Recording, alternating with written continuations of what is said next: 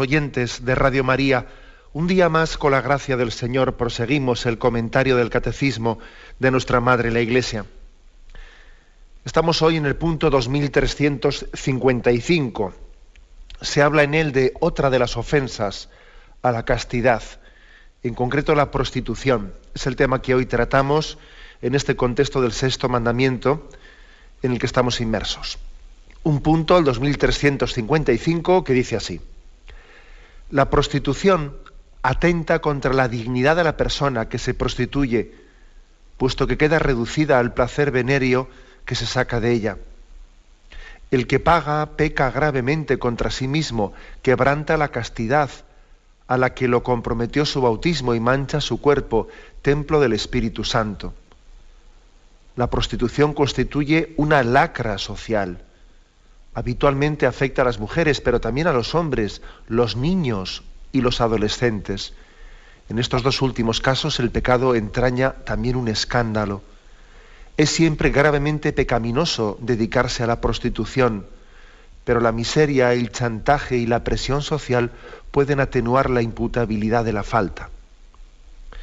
Bueno, la afirmación primera es pues, que la prostitución atenta gravemente contra la dignidad de la persona. Yo diría tanto de la de que se prostituye como la del cliente, ¿no? En ambos casos, ¿no? Porque está reduciendo el sexo de una manera muy burda, muy crasa. Hay que decir que la prostitución, pues bueno, entre los diversos pecados en los que se puede expresar la fornicación, de eso hablábamos ayer, entre los diversos pecados, pues uno quizás de los más crasos, pues es el de la fornicación, ¿no? Que reduce el sexo a un objeto de consumo. En otras formas de pecar contra la fornicación parece que pues se disimula, se pretende justificar pues con una aparente atracción hacia otra persona o incluso pues con un enamoramiento, lo que sea, pero en este caso, en el caso de la prostitución, pues parece que se desenmascara claramente, ¿no? Se desenmascara lo que hay detrás de la fornicación, que es sencillamente una desligación completa y total del sexo para la vocación a la que Dios nos había llamado, ¿no? Se convierte en un objeto de consumo. Supone un venderse, es decir, la prostituta, quien ejerce la prostitución, se vende, ¿no? Vende su cuerpo. Y quien se convierte en cliente está comprando sexo, ¿no? Ocurriendo que al comprar sexo está también inevitablemente comprando personas. ¿Por qué? Porque es inseparable, ¿no? Ya esto lo hemos dicho por una y por activa y por pasiva, ¿no? Es inseparable la sexualidad de la personalidad. Entonces, claro, cuando alguien dice, bueno, yo quiero comprar sexo, pero aquí la persona a mí no me interesa. Mire usted, eso es imposible. Usted, al convertirse en cliente del sexo, está inevitablemente destrozando a la persona. Porque esta sexualidad está insertada en una persona, forma parte de una persona con nombres, apellidos, relaciones humanas, como decíamos ayer, relaciones familiares. Luego, es inseparable el sexo de la persona. Y cuando alguien vende su cuerpo, vende su persona, vende su alma. Yo no puedo vender mi cuerpo sin vender mi alma. Y yo no puedo comprar un cuerpo sin estar también pretendiendo comprar una persona. Y aquí, por lo tanto, ¿no?, el motivo más profundo de la intrínseca inmoralidad de la prostitución.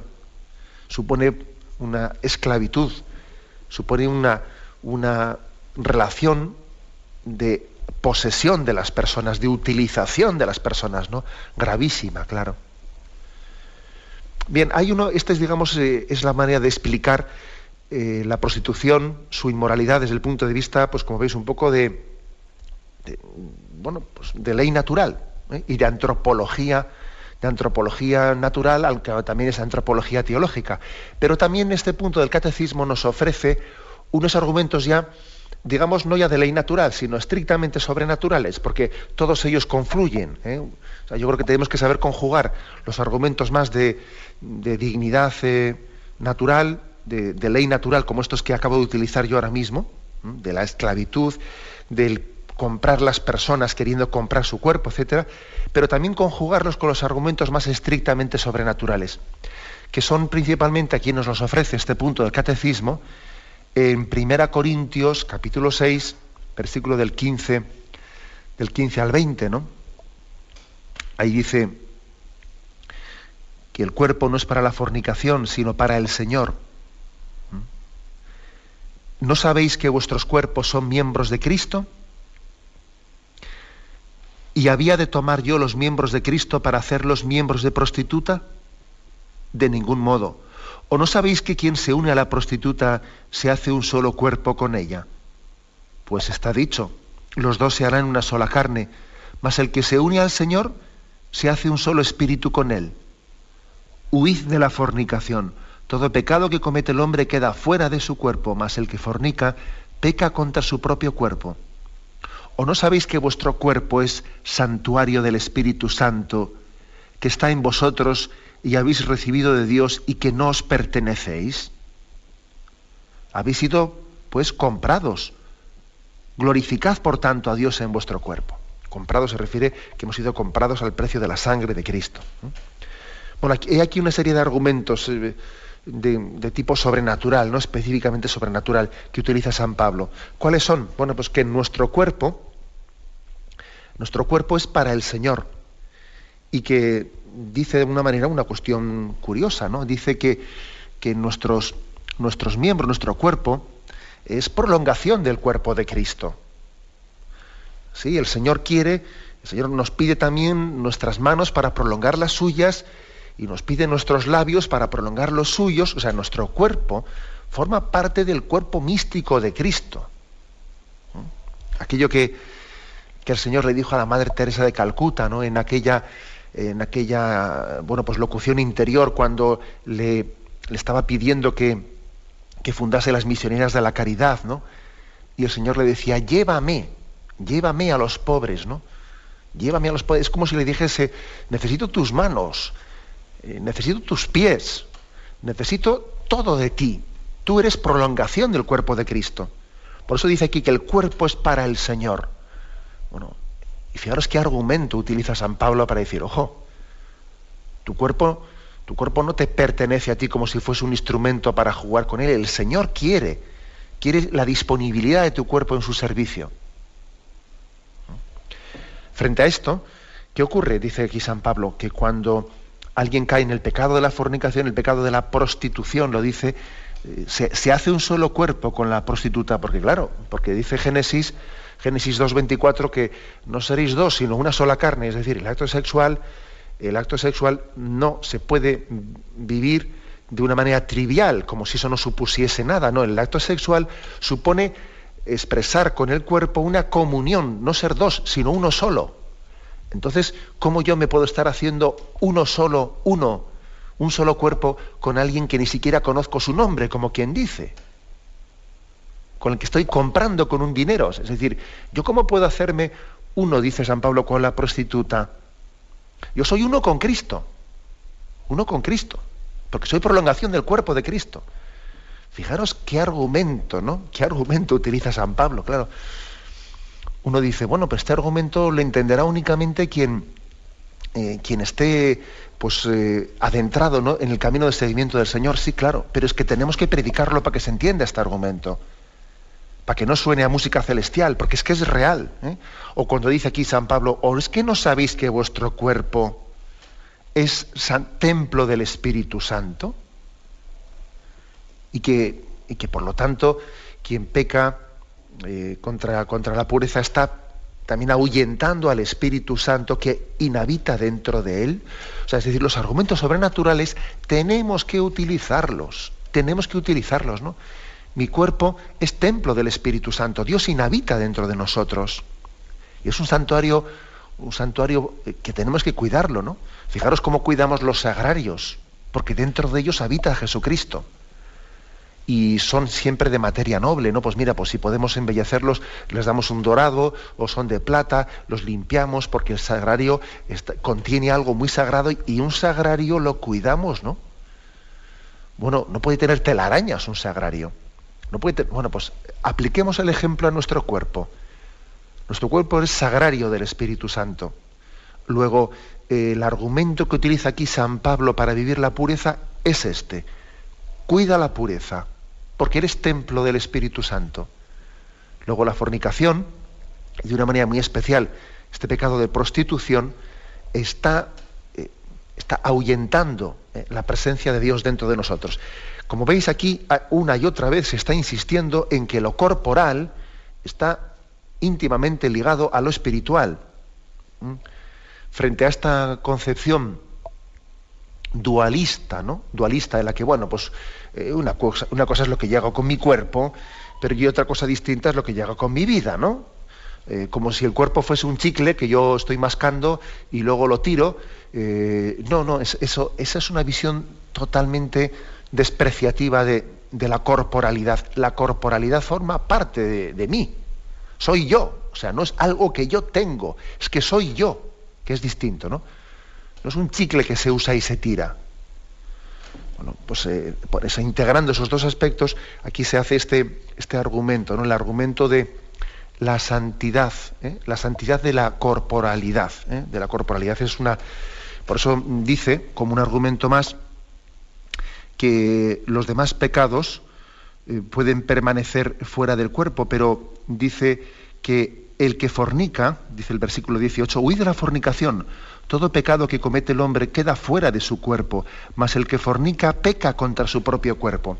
¿A qué se refiere aquí San Pablo? Pues que el pecado de la fornicación, el pecado de la impureza, tiene unas consecuencias como muy sensuales, es decir, que hieren la sensualidad. Otros pecados que afectan más a la espiritualidad, ¿no? Pero este pecado afecta especialmente a la sensualidad. Y entonces esas heridas en la sensualidad luego se pagan caras, claro, es decir, dejan una herida, ¿no? Porque nosotros inevitablemente conocemos a través de los sentidos, y nos relacionamos a través de los sentidos. Bien, pues el pecado contra la pureza embrutece. Es como si crease parálisis en los sentidos, ¿no? Entonces es una herida de sensualidad que hace que después tengamos una dificultad grande, pues, en comunicarnos de una manera sencilla, humilde, etcétera, porque eso ha herido, ¿no? Ha herido nuestra sensualidad. Bueno, como veis, pues, argumentos de tipo natural y argumentos de tipo sobrenatural. Los argumentos naturales se basan sobre todo en la indignidad de la prostitución, que reduce a la persona a un objeto de consumo, es una venta de la propia dignidad, o una compra del sexo a costa de utilizar y usar de las personas, ¿no? Y argumentos sobrenaturales. Los argumentos sobrenaturales insisten y subrayan en que nuestro cuerpo forma parte del cuerpo místico de Cristo. Nuestro cuerpo está al servicio de Cristo, unido a Él, y es templo del Espíritu Santo. Y aquí otro argumento. Escuchan el programa Catecismo de la Iglesia Católica con Monseñor José Ignacio Munilla. Continuamos la explicación del punto 2355 sobre la prostitución. Se trata este punto. Y habíamos hablado en el punto anterior sobre argumentos de orden de ley natural y argumentos sobrenaturales para mostrar la inmoralidad de la prostitución. Este punto dice que es una lacra social. Pues bien, quiero ahora hacer una reflexión sirviéndome de un documento publicado por el Consejo Pontificio para la Pastoral de los Inmigrantes e Itinerantes, un documento que fue publicado en agosto del 2007. Este Consejo Pontificio, pues la verdad es que publicó un documento muy interesante, pero como la primera parte del documento hablaba sobre, al ser una pastoral sobre emigrantes e itinerantes, la primera parte hablaba del tema de la pastoral en la carretera. Y entonces, bueno, pues la verdad es que el documento a nivel de medios de comunicación se centró únicamente en lo primero, en la primera parte del documento. Y pasó desapercibida otras partes del documento también muy interesantes, ¿no? Pasó desapercibido la segunda parte, principalmente, que era pastoral para la liberación de las mujeres de la calle. Importantísimo esta segunda parte de este documento, Repito, Consejo Pontificio para la Pastoral de Inmigrantes e Itinerantes, ¿no? Orientaciones para esta pastoral de la carretera y de la calle, así lo utilizaron. Claro, todo el mundo se quedó con la primera parte de lo de la carretera, pero luego se olvidaron de lo de la calle, ¿no? Y la segunda parte era la liberación de las mujeres de la calle. Entonces, sirviéndome de algunas de las partes de algunas expresiones y puntos de este documento, decir que Juan Pablo II y Benedicto XVI, en diversos discursos suyos, han hablado específicamente de esto. Por ejemplo, en un texto, en una homilía pronunciada por el Papa Juan Pablo II, recojo este párrafo que dice: mirando también uno de los aspectos más delicados de la situación femenina en el mundo, ¿cómo no recordar la larga y humillante historia, a menudo subterránea, de abusos cometidos contra las mujeres en el campo de la sexualidad? A las puertas del tercer milenio no podemos permanecer impasibles y resignados ante este fenómeno. Es hora de condenar con determinación, empleando los medios legislativos apropiados de defensa, las formas de violencia sexual que con frecuencia tienen por objeto a las mujeres. En nombre del respeto de la persona no podemos además no denunciar la difundida cultura hedonística y comercial que promueve la explotación sistemática de la sexualidad, induciendo a chicas incluso de muy joven edad a caer en los ambientes de la corrupción y a hacer uso mercenario de su cuerpo. Uso mercenario de su cuerpo, dice el Papa, ¿no? Quizás de estas declaraciones en este discurso del Papa, yo sobre todo destacaría que Juan Pablo II insiste en que hay que denunciar la cultura, o sea, la cultura hedonista y comercial de fondo. Es decir, no se puede luchar contra la prostitución sin luchar contra la cultura que la ampara. O sea, porque, por ejemplo, ¿dónde está la frontera entre la pornografía y la prostitución? Pues es que prácticamente no hay frontera. Si tú no luchas contra la prostitución, contra la pornografía, es imposible que luches contra la prostitución. Claro, ¿por qué? Porque la prostitución la ves en la calle. Bueno, pero lo otro, para que salga en una revista o salga en internet o salga en una película, ha tenido que prostituirse alguien. Luego, la frontera entre pornografía y prostitución no existe. O sea, todo está en el mismo ambiente, ¿no? En el mismo clima de cultura hedonista y comercial. Esto es yo creo que una reflexión pues muy inteligente y muy fundamental de Juan Pablo II, ¿no? Benedicto XVI afirmaba la siguiente, en otro discurso decía lo siguiente: el tráfico de seres humanos y sobre todo de mujeres prospera donde las oportunidades de mejorar la propia condición de vida o simplemente de sobrevivir son escasas. Es fácil para los traficantes ofrecer sus propios servicios a las víctimas, que a menudo no sospechan ni siquiera lejanamente lo que tendrán que afrontar más adelante. En algunos casos, mujeres y jovencitas están destinadas a ser explotadas luego en el trabajo, casi como esclavas, y no rara vez también en la industria del sexo. En la imposibilidad de profundizar en el análisis de las consecuencias de ese tipo de migración, hago mía la condena ya expresada por Juan Pablo II contra la difundida cultura hedonista y mercantil que promueve la explotación sistemática de la sexualidad. O sea, que Benedicto XVI hacía referencia, ¿no?, a las palabras de Juan Pablo II, pero añadía sobre todo pues, una denuncia a que quizás lo propio, lo más característico de nuestros días es unir la prostitución al tema del tráfico de seres humanos en la migración. Es lo característico de nuestros tiempos. La prostitución es una forma de esclavitud. Esto es lo que dice, ¿no?, este documento del Consejo Pontificio, y es que yo creo que esta es una frase que es importante que la hagamos nuestra y que en nuestras conversaciones la argumentemos así. Es una forma de esclavitud. Es curioso, ¿no?, porque hoy en día se vende mujeres libres, mujeres de moral libre, pero ¿qué libre? Si es una explotación, está vinculada incluso al tráfico de seres humanos, supone un acto de violencia, ¿no?, que ofende a la dignidad del hombre. Muchas veces somos conscientes de que las propias mujeres implicadas en la prostitución han experimentado violencias y abusos sexuales en su infancia.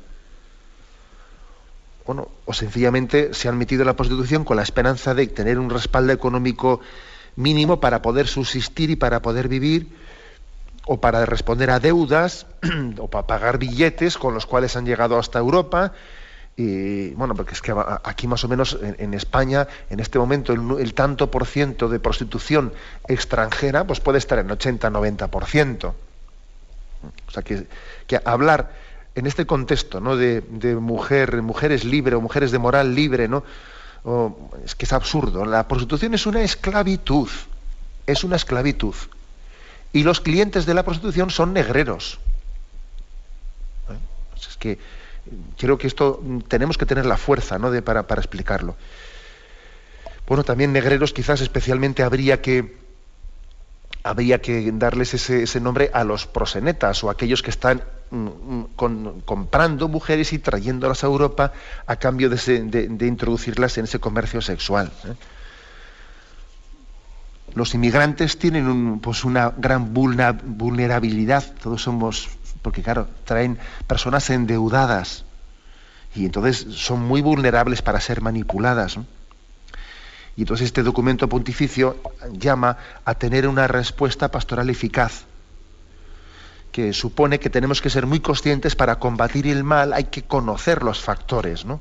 No se puede luchar contra ese tipo de pecado tan grave sin conocer sus matices, ¿no? O sea, conocer con qué estrategias, con qué intermediarios, con qué planificaciones han sido esas personas traídas hasta nosotros, y entonces de esa manera, conociendo un poco también esas técnicas, poder también tener una pastoral eficaz para redimirlas, ¿no? Lo que está claro es que nuestra sensibilidad cristiana nos lleva a hacernos la pregunta, dice este documento pontificio, de quién es la víctima de la prostitución. Y cada persona tiene una historia distinta. Pero todas las personas, todas las historias individuales tienen en común, pues muchas veces la violencia, el abuso, la desconfianza, la poca autoestima, porque la falta de autoestima es algo que evidentemente yo creo que es el común denominador de todas las personas que han caído en la prostitución. Que luego igual exteriormente parece lo contrario, que igual tiene un tono exterior parece una descarada, una prostituta igual se expresa de una manera que parece una descarada. Mira, dime de qué presumes y te diré de qué careces, ¿no? La prostitución, aunque a veces como una especie de argumento defensivo se expresa exteriormente con esa forma un poco descarada, en el fondo está interiormente expresando una desconfianza y una falta de autoestima, un miedo, ¿no? Miedo a afrontar a la vida, ¿no? Y a ser desconfianza de poder ser querida y poder ser respetada, ¿no? Yo puedo contar una experiencia de mi vida que la verdad es que me dejó impactado, ¿no? Siendo sacerdote estando en la construcción de una parroquia allí en Zumárraga, pues no me olvidaré nunca que una mañana recibí una visita.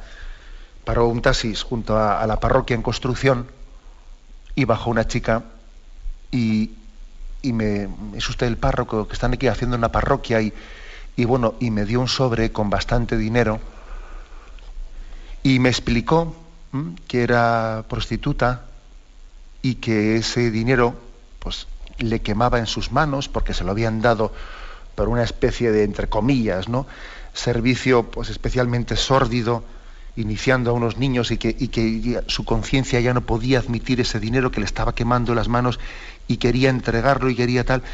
Y yo me quedé impresionado de esa visita. Lógicamente, pues yo intenté a esa persona pues que su gesto no se quedase únicamente en ese acto puntual, ¿no?, sino decirle, si Dios te ha dado esa delicadeza de conciencia de ser consciente de que tenías que hacer un gesto de este estilo, ¿no?, como para reparar, yo creo que también el Señor te llamará a una redención plena y completa, ¿no? Y me acuerdo pues que, pues lógicamente abrí un proceso de intentar también rescatar a esa persona de su situación, ¿no? Pero ¿qué quiere decir con esto? Que tenemos que quitarnos, ¿no?, esa imagen de que quien está metido en la prostitución pues pueda ser una persona, bueno, pues que sencillamente parece que vaya siendo orgullosa de pisar principios morales, ¿no? Como si estuviese siendo alguien que hace una especie de opción totalmente... No, si es la primera víctima. Incluso más todavía, este documento pontificio dice una cosa más, que ¿quién es el cliente? Ojo, que también el cliente es otra víctima. Dice el documento que también el cliente tiene problemas profundamente arraigados. Generalmente suelen ser clientes de 40 o más años, ¿no? Aunque también los hay jóvenes. Dice, crece también el número de hombres que buscan a las prostitutas más para dominarlas que para tener una satisfacción sexual, dice. Se trata de sujetos que en las relaciones sociales y personales experimentan una pérdida de poder y de masculinidad y no logran desarrollar relaciones de reciprocidad y respeto. Esos hombres buscan a las prostitutas para realizar una experiencia total de dominio y de control de una mujer, incluso por un breve espacio de tiempo. El cliente, entre comillas, debe ser ayudado a resolver sus problemas más íntimos y a encontrar las modalidades adecuadas para dirigir sus tendencias sexuales. Comprar sexo no resuelve los problemas. Está de alguna manera tapando frustraciones, pues una especie de sensación de fracaso en la vida, soledad interior, falta de relaciones auténticas, ¿no? Es curioso porque, digamos que este documento, para sorpresa, ¿no?, nos recuerda también que otra víctima de la prostitución es el propio cliente, que también está lleno de frustraciones interiores, ¿no?, cuando va a comprar sexo de esa manera. Bueno, hay que decir que la relación entre el hombre y la mujer, en muchos casos, pues no es una relación de respeto, sino que de alguna manera el hombre utiliza de una cierta, de su posición de fuerza para ejercer una especie de dominio sobre la mujer, y en eso está como tapando en esa especie de relación de animalidad, está tapando sus problemas y no afrontándolos, ¿no?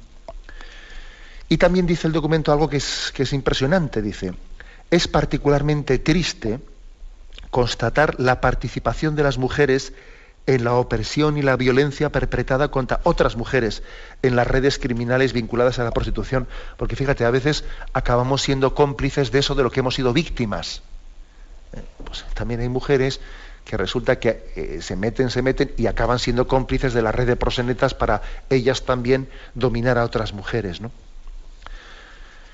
En medio de todo esto, ¿qué es lo que dice el documento? Pues que la Iglesia está llamada, ¿no?, a defender y promover la dignidad de las personas humanas explotadas en la prostitución, abogando en favor de su liberación, y decir que es necesaria una renovada solidaridad en las comunidades cristianas, en las congregaciones religiosas, en los movimientos eclesiales, y que Dios ha suscitado muchos carismas. Ahora vamos a hablar de esto. Dios ha suscitado carismas de redención para estas esclavitudes, ¿no? Bendito sea Dios que nos envía su Espíritu Santo, y en cada momento, históricamente, en el seno de la Iglesia también suscita carismas para luchar contra este tipo de esclavitudes, ¿no? Bien, vamos a tener un momento sirviéndonos de un documento, el documento pontificio sobre orientaciones para la pastoral de la carretera y de la calle, que en su parte segunda habla de la pastoral para la liberación de las mujeres de la calle. Y decía en la intervención anterior que se hace un llamamiento a que existan también carismas que respondan a esta llamada de liberación, ¿no? Y gracias a Dios, pues claro que han existido esos carismas, ¿no? Uno de los carismas pues más conocidos por nosotros, especialmente en España, es el carisma de las adoratrices, ¿no? Congregación nacida en 1856 en Madrid, nacida para combatir el tráfico de mujeres para la explotación sexual, que hoy se encuentra ya pues en muchos países, en 22 países, ¿no? Su fundadora, Santa María Micaela del Santísimo Sacramento, ella pertenecía a la aristocracia española y era muy activa en el apostolado de la juventud y en obras caritativas, ¿no? Y en una ocasión, visitando a los enfermos del Hospital de San Juan de Dios en Madrid y prestando asistencia a las muchachas afectadas por enfermedades venéreas, pues allí conoció a una joven enferma, la chica del chal, le llamaba ella, ¿no? Que había caído víctima de mala vida, ¿no? E intentó convencerla de que regresase con su familia, ¿no? Y fue entonces cuando descubrió la realidad social de la prostitución, y es cuando decidió fundar pues esa obra de redención de las jóvenes que estaban en la prostitución. Bueno, pues lógicamente, como nos podemos imaginar, no será fácil este proceso. Sabemos que esa cura será larga y difícil. Dice este documento pontificio que se necesita ayudarles con una casa, un entorno familiar, una alternativa, ¿no? El camino de sanación tiene que ser allanado por una serie de ofrecimiento de oportunidades que puedan de alguna manera colmar las expectativas de felicidad, ¿no? O sea, que es que lógicamente se necesita, ¿no? Lo propio del carisma de las adoratrices, pues es también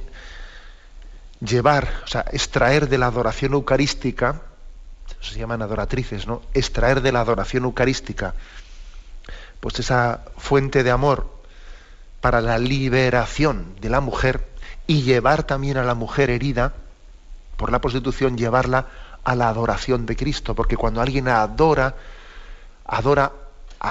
y únicamente se arrodilla, ¿no? Se arrodilla ante Jesucristo, es también proclamar la dignidad de la mujer, y decir, mira, tú únicamente tienes que arrodillarte ante Dios. Tú no te arrodillas, porque si te arrodillas ante otras personas te esclavizas. El hombre es tan grande que solo se arrodilla ante Dios. Por eso también la adoración eucarística es una sanación.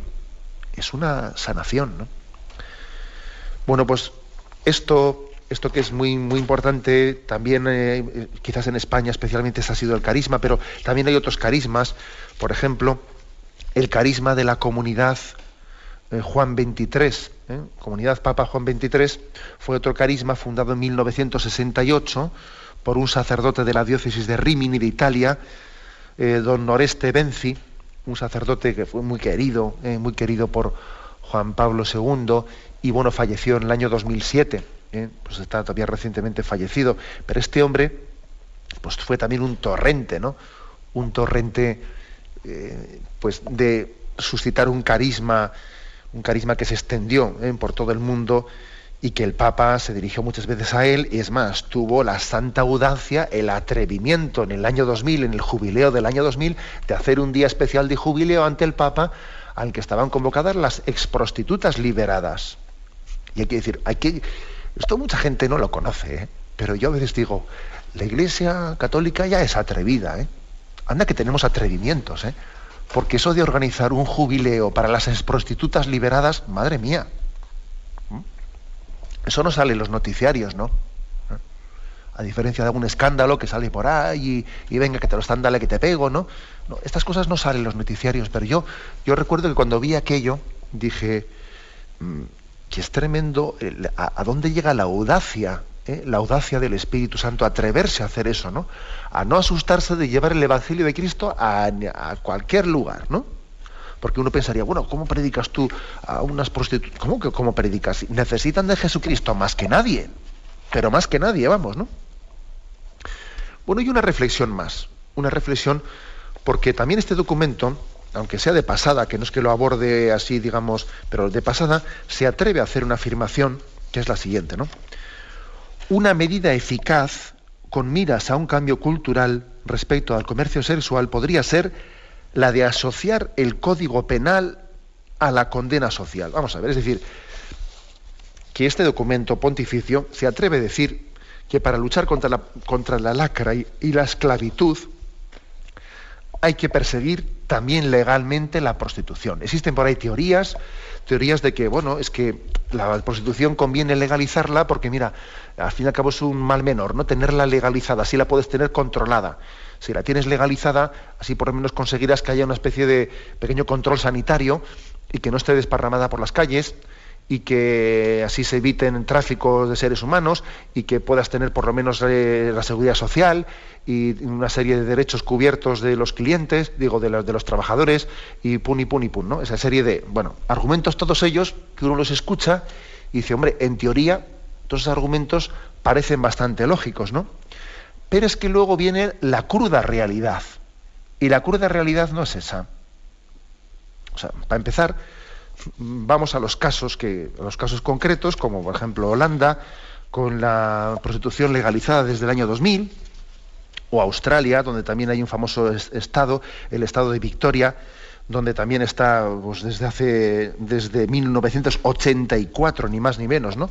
Está legalizada y perfectamente allí pues la industria de la prostitución. Entonces uno va a estos lugares y dice, vamos a ver, pues, si es que ha sido un desastre, ha sido un auténtico fracaso en los lugares en los que se ha querido darle ese marco legal. Motivos muchos, pero resulta que allí mismo en Holanda se calculaba que hay unos 30.000 prostitutas en Holanda, y a los 2 años de haberla legalizado la prostitución, únicamente habían conseguido que unas 900 pues se hubiesen dado de alta en la seguridad social, y sin embargo había crecido tremendamente a costa de ese amparo legal, había crecido el número de clientes, etcétera. ¿Por qué digo que hay que afrontar las cosas en su raíz? Porque es que no se puede decir que algo es inmoral, indigno y al mismo tiempo legalizarlo. Es una contradicción. Es como si dijésemos, bueno, como es incontrolable, ¿no?, el comercio de esclavos, por lo menos vamos a legalizarlo haciendo que los grilletes o que que se ponen los pies o en el cuello de los esclavos, pues no les hagan tanto daño. Entonces, venga, vamos a legalizar el comercio de esclavos, pero con unas formas un poco humanizadoras de la esclavitud. Eso es imposible.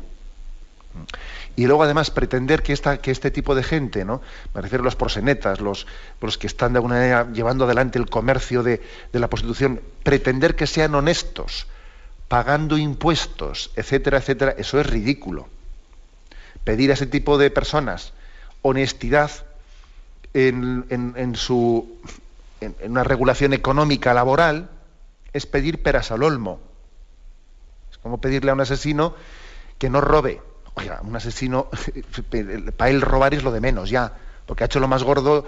Es como si le dijésemos, perdonad un poco por los ejemplos un poco brutos, es como si le dijésemos a un terrorista, oiga, ya que usted no puedo impedirle que sea terrorista, por lo menos pues hágalo de una manera en la que procure que sus atentados no sean delante de niños, o procure no manchar mucho, o procure, mire usted, o sea, cuando alguien es capaz del mal mayor, luego no le pide a usted que sea fino o determinadas delicadezas para impedir males menores. O sea, es que eso es pedir peras al olmo. Y la experiencia lo demuestra. Que allí donde se ha legalizado la prostitución no se ha conseguido sino generarla más. Por lo tanto, ya sabemos que no es propio de lo propio de la Iglesia es redimir la prostitución cambiando los corazones y buscando verdaderos compromisos de redención, ¿no? Pero claro, también es importante que las autoridades ayuden persiguiendo la prostitución. Porque las cosas cuando están más fáciles, pues claro, es así. Cuando están más difíciles, o sea que también este argumento, frente a esa teoría de la liberalización, etcétera, pues este documento se atreve a decir esto. Se atreve a decir que entiende, no se mete a fondo, ¿no? Sencillamente lo menta de que es conveniente la persecución también legal, porque lo contrario es que es contradictorio. Legalizar algo que estamos diciendo que es indigno. Es contradictorio. En resumen que este punto 2355, pues por una parte explica el porqué de la profunda inmoralidad de la prostitución, pero al mismo tiempo es un canto y una llamada a la redención, ¿no? Y fijémonos Jesucristo con qué delicadeza se acercó a la mujer pecadora y con qué sorpresa de los que le estaban allí observando, con qué sorpresa le dijo a aquella mujer, tampoco yo te condeno, vete y no peques más. Y aquella mujer se sintió profundamente impactada por el respeto con el que le trató Jesucristo. Por el respeto, se sintió querida. Quizás por primera vez en su vida, las palabras de Jesús le hacían sentirse querida y no utilizada. Vamos pues también a pedir, ¿no?, por todas las personas que han caído en esta esclavitud, y pedir también su redención, ¿no?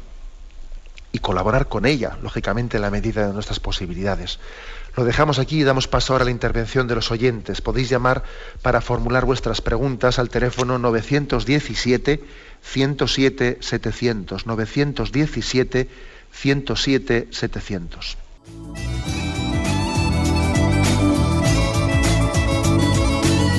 ¿Le gustaría tener sus programas favoritos de Radio María en CD o DVD? Ahora es posible.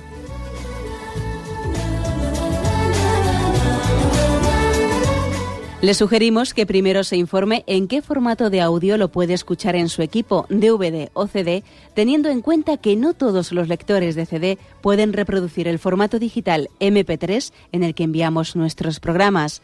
Y luego, si quiere en su casa esos programas que tanto le gustan, solo tiene que escribir una carta a Radio María, Paseo Lanceros 2, primera planta, 28024, Madrid, indicando si lo quiere en CD o DVD y cuántos programas. También le rogamos que escriba su nombre, dirección y no se olvide de facilitarnos un teléfono de contacto para cualquier duda que nos surja.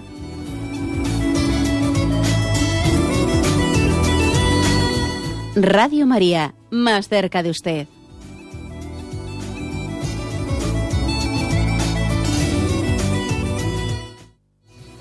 Escuchan el programa Catecismo de la Iglesia Católica, con Monseñor José Ignacio Munilla. Sí, buenos días, ¿con quién hablamos? Mire, soy Pilar de Santander. Adelante, Pilar.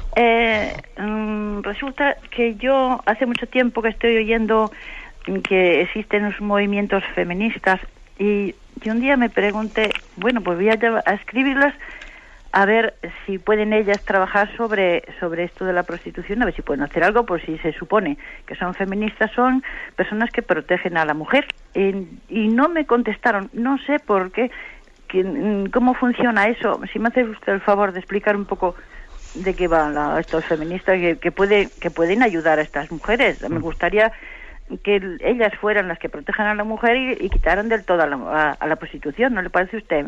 Le pregunto, por favor. Bueno, mire, gracias. Vamos a ver, pasa lo siguiente. El movimiento feminista no está unificado. Tiene pues muchas asociaciones que son independientes.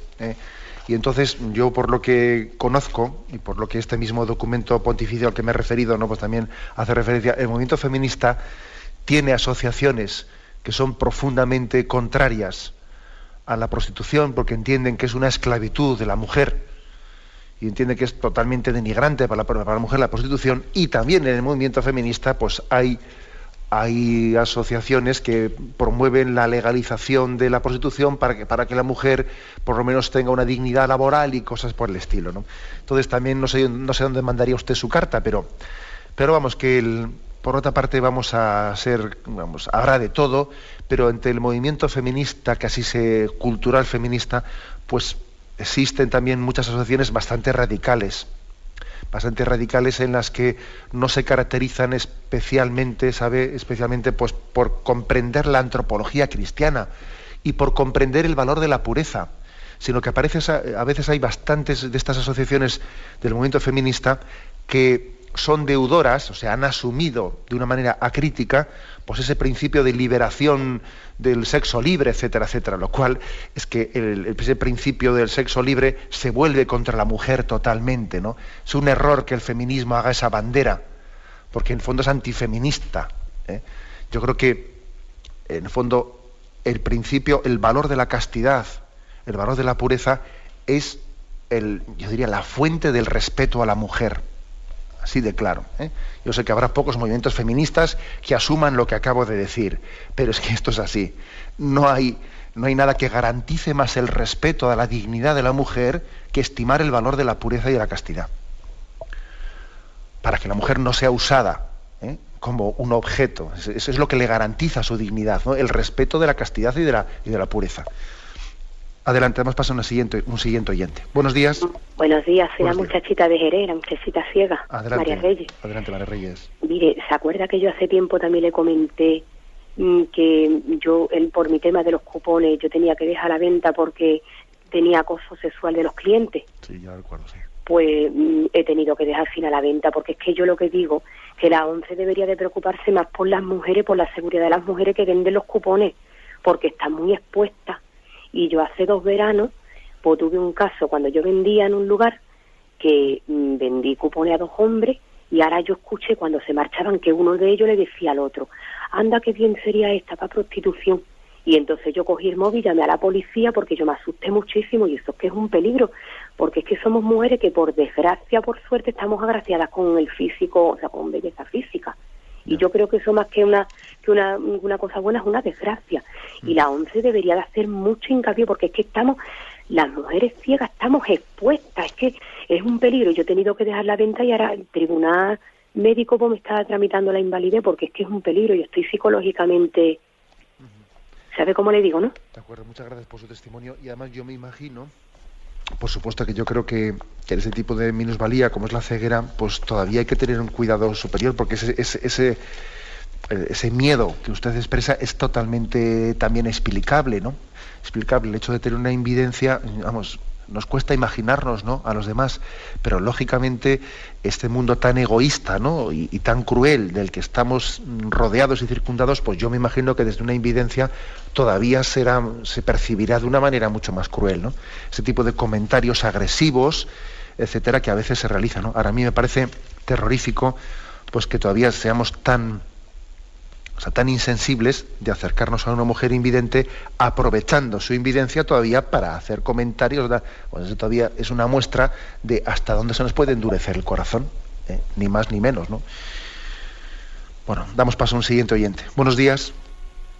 Sí, buenos días, le escuchamos. Sí.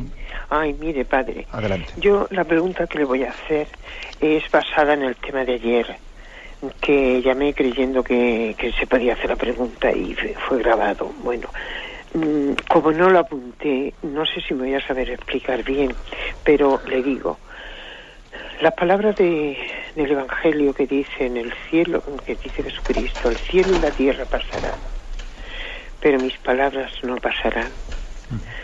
Usted en su exposición dijo algo que para mí, que ahora mismo no lo recuerdo exactamente sus palabras, pero para mí se contradecían a esto, o yo sentí una confusión grande.